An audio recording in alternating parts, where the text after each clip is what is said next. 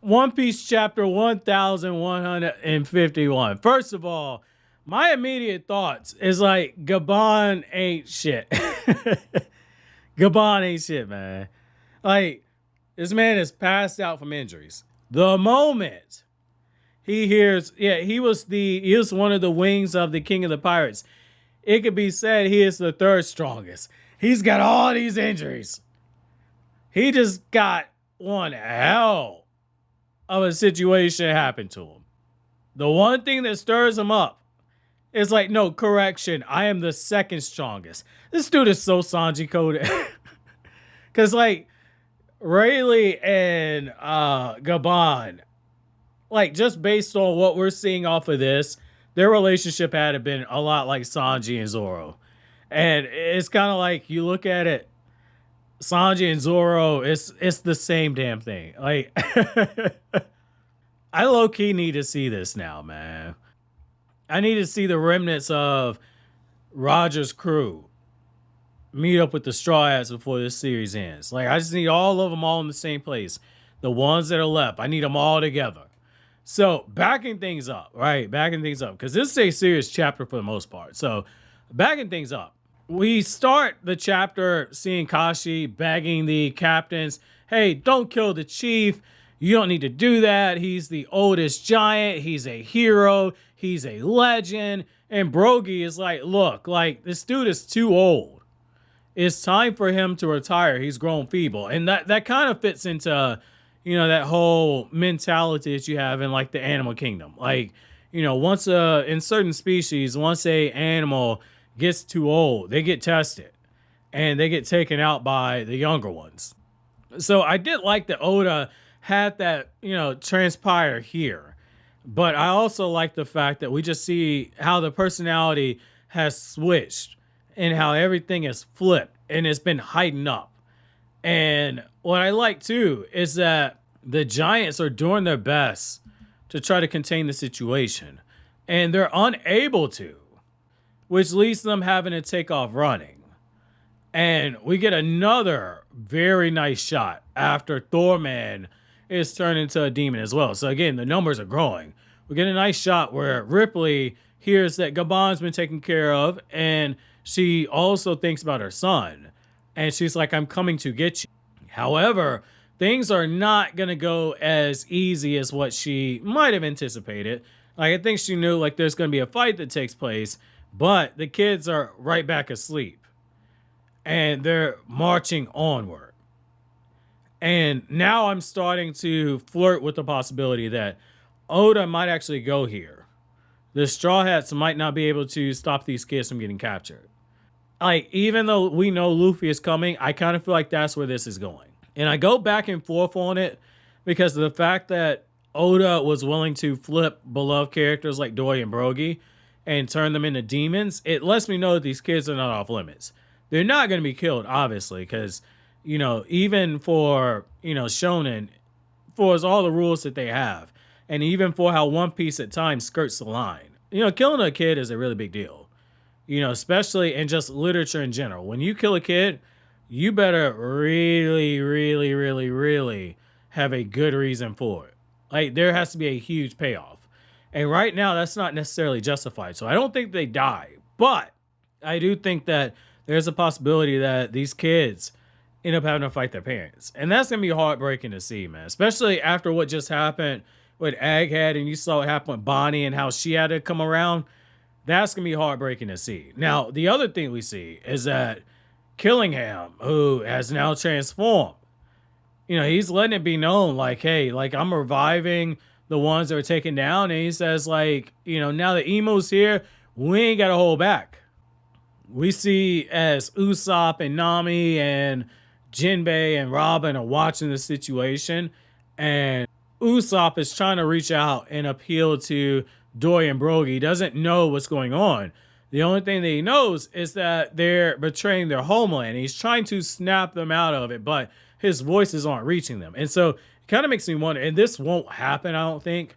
It kind of makes me wonder, will Oda go the route of Usopp having to fight Dorry and Brogy? You want to see a real test? I might be gassing Usopp up. Don't get me wrong. This is a reaction, so You know, like when I eventually get caught up and I start actually sitting down the script, it'll be less of this and more so of a objective stance. But like my immediate reading of this, I'm kind of looking at it, I'm going, does Oda really want to go that route? I've had Usopp take on Dorry and Brogy, because like obviously Usopp don't scale that high. But if you want to show how far he's come, that's a really good way to do it if you decide to go that route. And right now it's too early to see. And so the next thing we see is that Sommers is asking Emu, how long is this going to take? How much longer do we have to be here? And Emu says, we're going to be here until this country breaks, until the heart of Elbaf breaks. And it should have been taken care of a long time ago had King Harald not messed up all those years ago.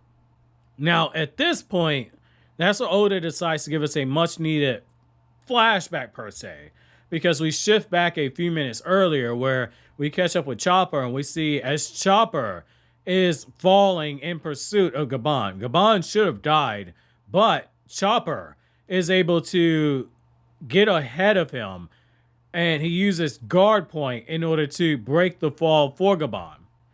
And as this is happening, we get another shot of like Luffy, because Luffy is able to tell, okay, so Chopper fell. As you see Loki and Hadruden going back and forth and they're arguing, Luffy knows, like, okay, one of my crew members is down here.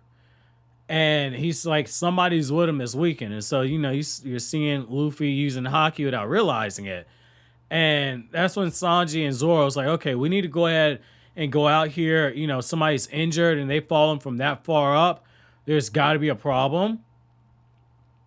And what I did like is that we're continuing to get more seeds being planted with Hadruden and Loki, because Loki's saying, like, look, like, he was my father too. He was my father too. Do not forget that. And so there's going to be something coming. There's a reveal coming that is going to center around these two characters that I'm curious to see how Oda builds up to that payoff.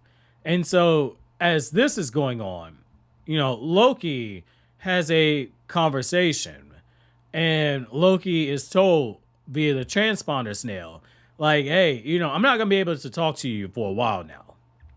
And Gerd catches on to the fact that Loki is in communication.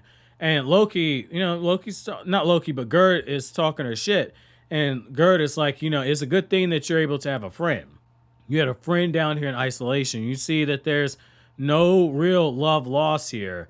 And this comes after the fact that, you know, Loki did try like a little bit of trolling, if I'm not mistaken, where he was trying to say, like, you know, give me the one thing that you want and I'll let you have it. Just let me go free. And they don't bite here.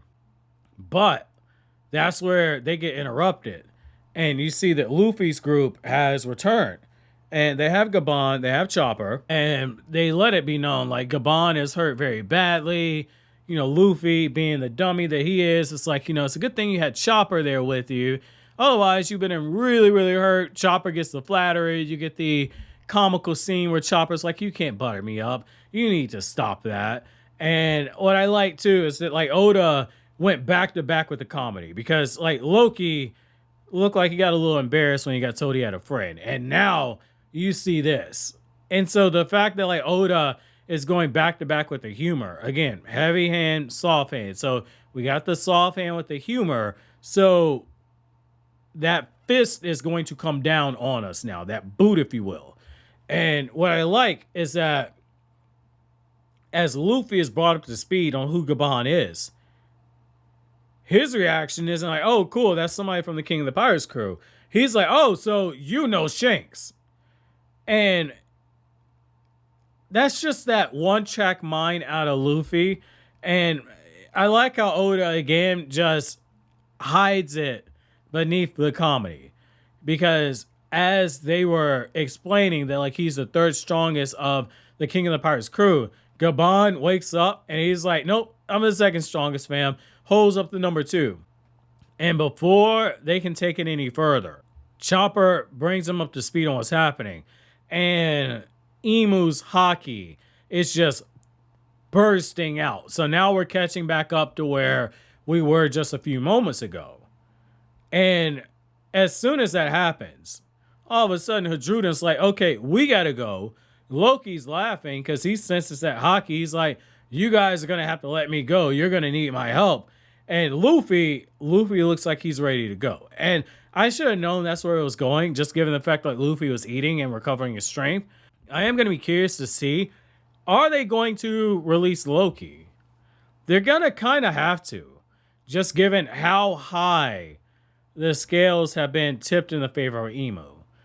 That will be interesting to see, because there's more to Loki than meets the eye.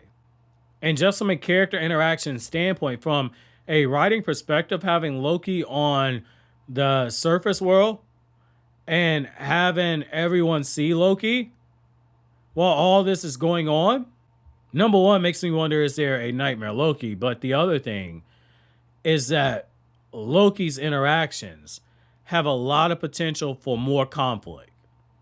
You know, I just said it like in the last chapter, like, hey, you know, this is where you let it marinate a little bit. And that's what the purpose of this flashback is.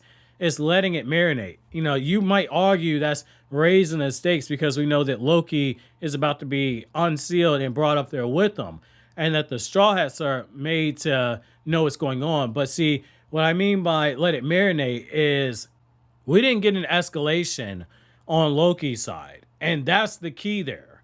This was a very good use of flashbacks. You know, that is something that does get on my nerves when I do read certain series. Like, you don't have to overdo it on the flashbacks. Flashbacks are a really good narrative tool.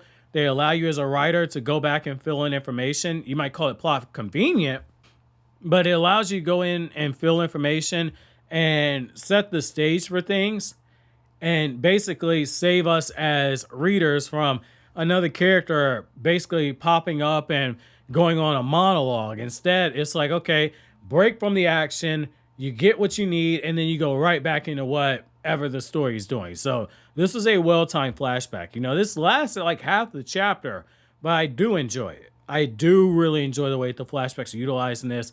So my chapter question to you guys is, if you were Luffy, would you unleash Loki, or would you leave him down there? Is Loki too big of a risk to be let out? But as always, guys, if you like anything I had to say, don't forget to comment, rate, subscribe, and share. Thanks so much for watching to the end. Have an awesome day, guys.